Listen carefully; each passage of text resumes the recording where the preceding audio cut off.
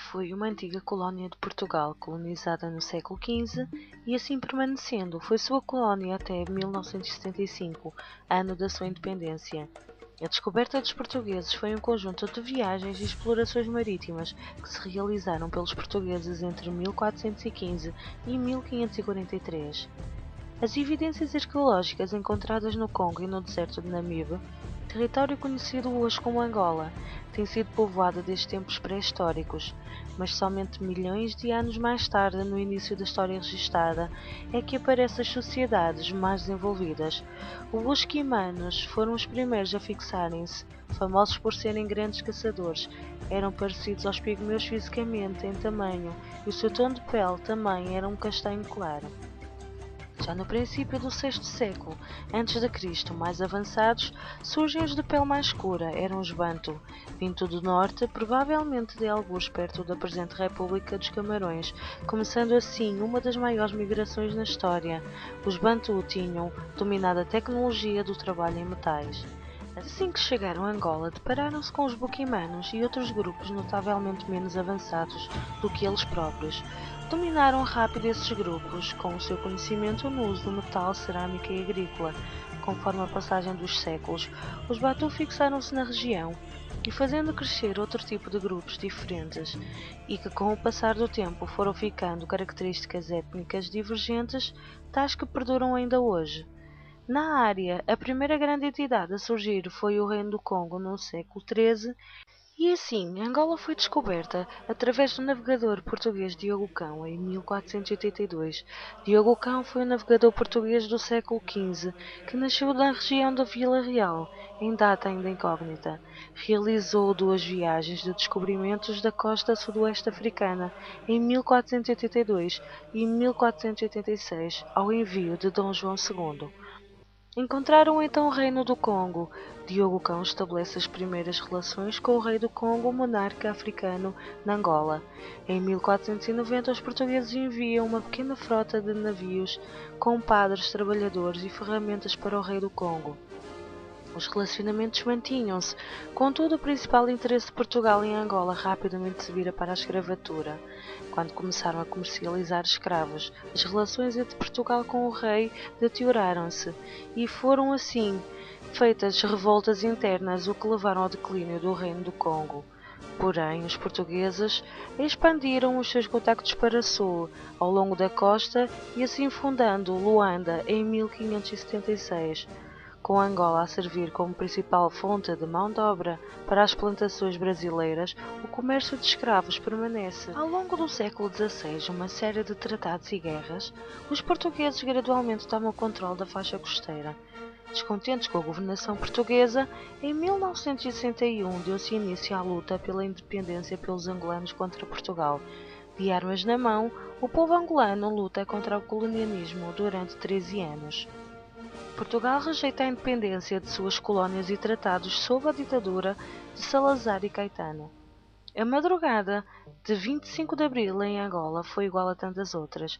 Os angolanos, embora viessem a sentir os benefícios dos movimentos dos capitães e apesar da sua luta ter contribuído diretamente para um desfecho vitorioso, só muito mais tarde é que os angolanos souberam o que havia passado no 25 de abril em Portugal. Porque, na sua esmagadora maioria, os órgãos de informação em Angola eram controlados pelas autoridades portuguesas ou propriedade de ricos colonos, fazendo assim silenciar, enquanto lhes foi possível, tudo o que se passava em Lisboa.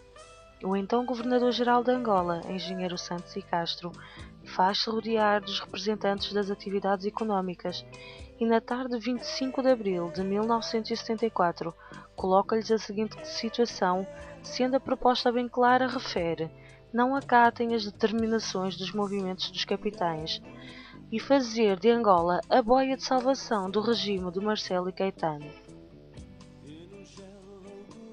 Os três principais movimentos de independência já existentes que surgiram em Angola eram o Movimento Popular de Libertação de Angola, MPLA, liderada por Agostinho Neto, com base entre os Quibundo e os intelectuais mestiços de Luanda, assim ligados aos partidos comunistas em Portugal e no leste.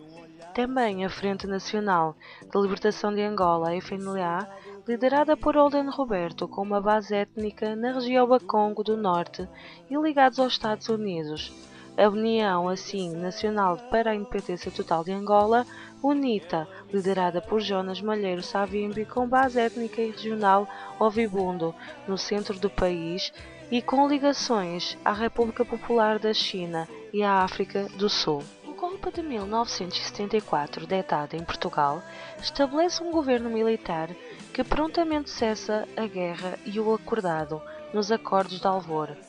Em janeiro de 1975 foi estabelecido um governo de transição com representantes dos movimentos de libertação, MPLA, FNLA e a UNITA, entregando assim o poder a uma das coligações dos três movimentos, sendo que as diferenças ideológicas entre os três movimentos acabaram por levar a um conflito armado com as forças da UNITA e FNLA, incentivados pelos seus respectivos apoiantes internacionais, tentando assim tomar o controle de Luanda do MPLA. Em 11 de novembro de 1975, o governo português proclama a independência de Angola, transferindo assim a soberania para o povo angolano. O MPLA celebra a República Popular de Angola e estabelece o seu governo em Luanda, sendo a presidência entregue ao líder do movimento, o Dr. Agostinho Neto. Contudo, os violentos combates entre o MPLA e o FNLA em março de 1975 foi o resultado de várias diferenças políticas que perduraram nesse mesmo país.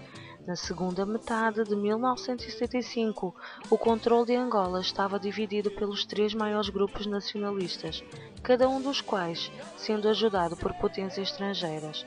A intervenção das tropas da África do Sul, em nome da UNITA, e do Zaire em nome do FNLA, e as importações do MPLA de tropas cubanas acabaram por internacionalizar o conflito. Em 11 de novembro de 1975, Portugal abandona a capital.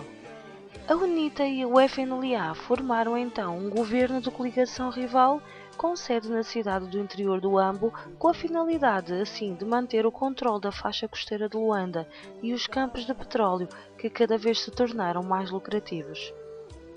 Agostinho Neto torna-se então o primeiro presidente do governo do MPLA a ser reconhecido pelas Nações Unidas em 1976, porém a sua morte surge em 1979 e o então ministro do Planeamento José Eduardo dos Santos accede à presidência. No século XX, Luanda experimentou duas situações bem distintas, a prosperidade e a estagnação. Se em meados da década de 1960 é uma das mais belas cidades e desenvolvidas de todo o continente africano, após a independência e a sangrenta guerra civil, a situação mudou radicalmente.